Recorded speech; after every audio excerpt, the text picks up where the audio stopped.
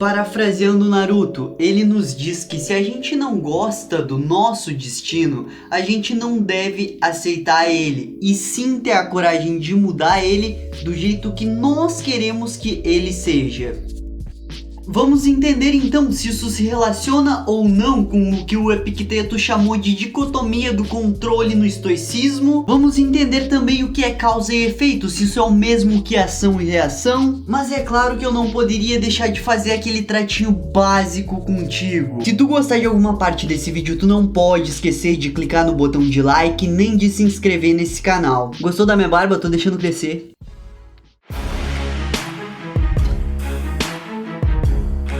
Olá! Olá! Olá! Eu sou Thiago Krasevski, seja muito bem-vindo a esse canal. Acho que a coisa mais racional possível nesse momento seria você se perguntar: o que é o estoicismo? O que nos leva para Atenas na antiguidade, mais especificamente por volta de 300 anos antes de Cristo. Lá existia um homem chamado de Zenão, que lecionava aulas e tinha como base de pensamento a ideia dos cínicos. Só para não deixar passar batido, para os cínicos o propósito da vida era viver na virtude, de acordo com a própria natureza. O Zenão, então influenciado pelos cínicos, fundou uma escola de filosofia helenística chamada de estoicismo. Essa escola enfatizava a paz de espírito, a serenidade, a moderação, a imperturbabilidade da alma, que a gente também conhece como ataraxia, que seria mais ou menos como a ausência de preocupações, de perturbações, inquietude e etc.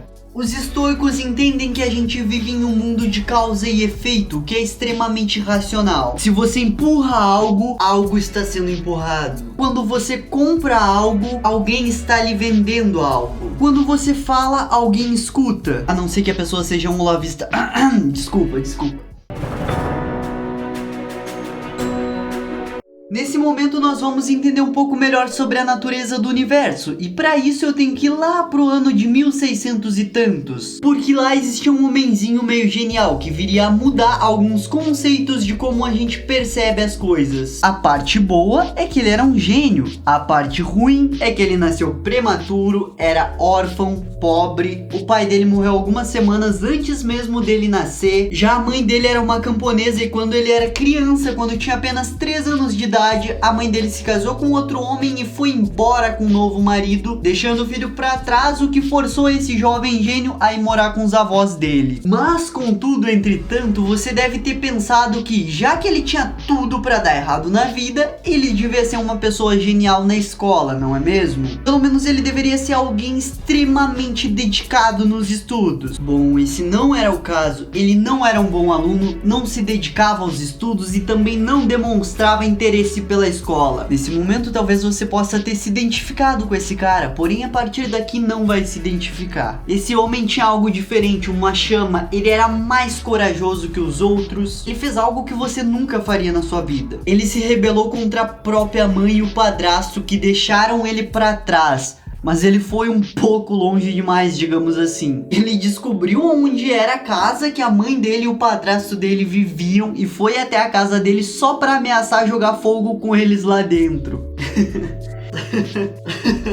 Embora essa história tenha ficado de fato um pouco constrangedora, eu senti a necessidade de citar esses fatos, porque eu sei que na maioria das escolas não nos é contado que Sir Isaac Newton era assim. Sim, eu tô falando do Isaac Newton. Se você tem o conhecimento básico da escola, sabe que o Isaac Newton mudou alguns conceitos da física. Ele mudou a forma como percebemos o universo. Eu sou capaz de apostar que você já ouviu falar nas 3 leis de Newton. Elas são a lei da inércia, o princípio fundamental da dinâmica e a lei da ação e reação. E é aqui onde eu quero chegar. Por hora vamos nos focar na terceira lei de Newton, da ação e reação, onde o próprio Newton nos diz que a toda ação há sempre uma reação oposta ou de igual intensidade. As ações mútuas de dois corpos, um sobre o outro, são sempre iguais e dirigidas em sentidos opostos. Por exemplo, um prego sendo martelado. Vamos imaginar que a minha mão é o martelo e o meu dedo é o prego. O martelo exerce uma força sobre o prego, fazendo com que ele penetre na madeira. O prego por sua vez, ele faz uma força em direção oposta ao martelo, entendeu? Enquanto o martelo tá fazendo a força pra cá, o prego tá fazendo isso mesmo que ele esteja parado. Agora, claro que a lei da física não é igual à lei da causa e efeito, porém elas são leis similares. É muito comum que você ouça por aí que são a mesma coisa, contudo não são. A lei da causa e efeito seria mais comum um exemplo prático da lei da ação e reação. Confundir essas duas leis seria como confundir silêncio com ficar quieto. Ficar quieto deixa as coisas em silêncio, mas o silêncio seria a ausência de som em si, não só de pessoas ficarem quietas.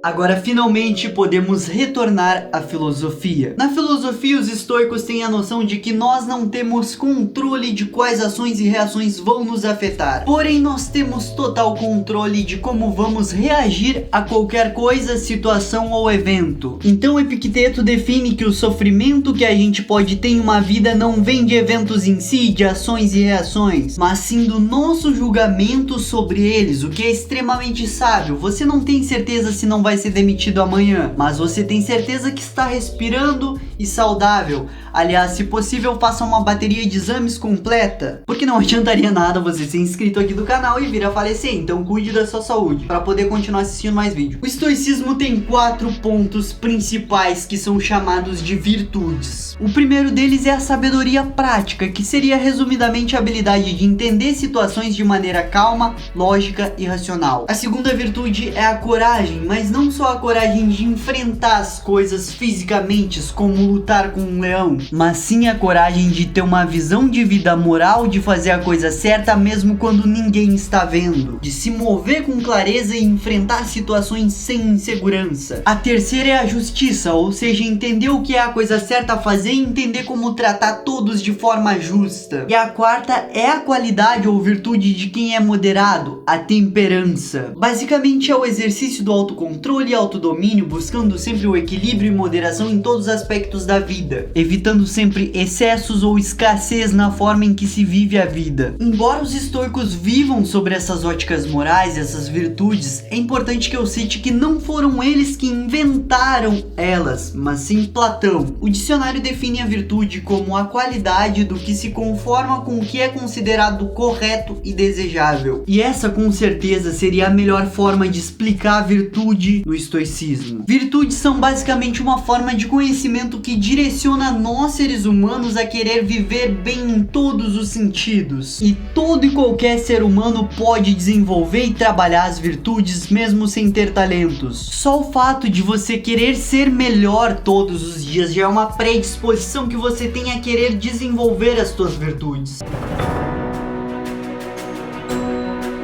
Agora que eu já te fiz compreender um pouquinho melhor sobre as virtudes, está na hora da gente falar sobre a dicotomia do controle. Uma dicotomia nada mais é do que uma partição de um todo em duas partes. Você pode passar a usar essa palavra no teu vocabulário a partir de hoje. Toda a ideia de ação e reação são separadas em duas partes. As coisas que estão sobre o nosso controle e as coisas que não estão sobre o nosso controle. Você pode dividir absolutamente todas as coisas nessas duas categorias: o que eu controlo e o que eu não controlo. Qual curso da faculdade eu vou fazer está sobre o meu controle. Quem vai ser meu colega não está. Está sob o meu controle fazer uma festa no dia do meu aniversário. Não está sobre o meu controle quem de fato vai vir na festa. Querer mudar as pessoas está sob o meu controle. Mudar de fato as pessoas não está sob o meu controle. A citação magnífica a seguir do Epicteto ilustra de forma mais do que perfeita isso. Abre aspas. Eu tenho que morrer, se for agora, bem, então eu morro agora.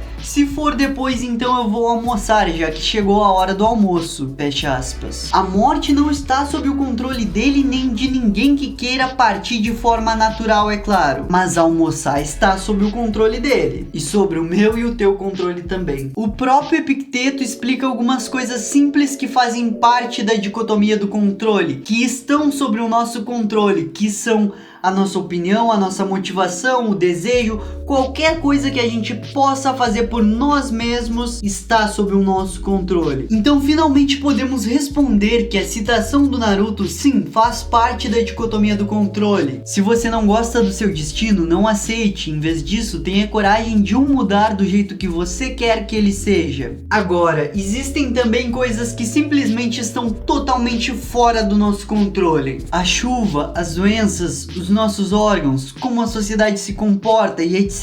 Sim, você deve tentar levar um guarda-chuva sempre que possível para se prevenir da chuva. Deve comer de forma saudável, deve praticar exercícios físicos, deve incentivar aos outros a serem mais compreensíveis com o próximo. Mas em algum momento pode ser que a gente venha a sofrer acidentes, pegue chuva, tenha doenças ou seja atacado pelos semelhantes. Isso são coisas que estão fora do nosso controle e a gente não sabe se vai ou não acontecer. Nós devemos tentar lidar com os nossos objetivos e focar os nossos esforços em se esforçar e não no resultado do esforço. Porque o nosso esforço, o nosso preparo e adquirir habilidades estão sob o nosso controle, mas ter os resultados inúmeras vezes não controlamos. Um ótimo exemplo utilizado pelos estoicos é o arqueiro, mas não o arqueiro da Marvel. Pensa em um arqueiro clássico, o mais preparado possível. Ele tem o melhor arco, a melhor flecha, a visão extremamente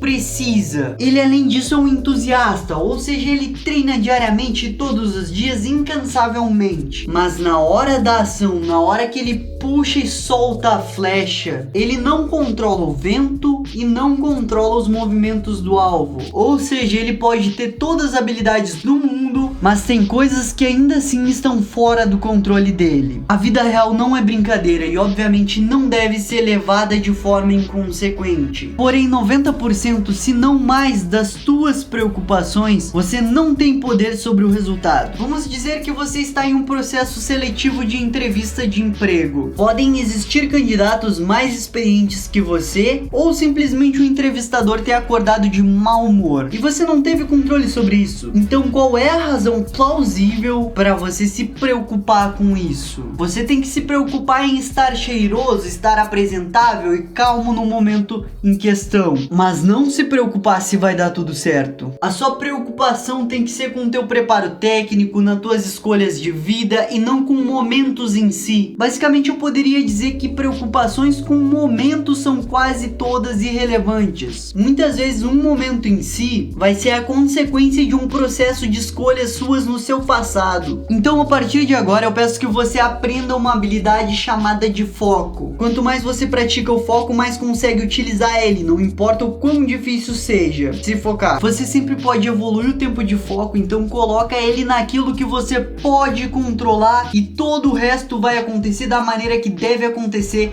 e não da maneira que você queira. Ou seja, a conclusão de tudo isso é: coloca o foco nas coisas que você pode de fato resolver, em coisas que estão de fato no seu controle e não em coisas que não têm relevância. Meu querido amigo, se você gostou desse vídeo, não esqueça de deixar o seu like, não esqueça de se inscrever no canal. E agora na tela final eu vou deixar 2 vídeos que eu escolhi a dedo pra ti.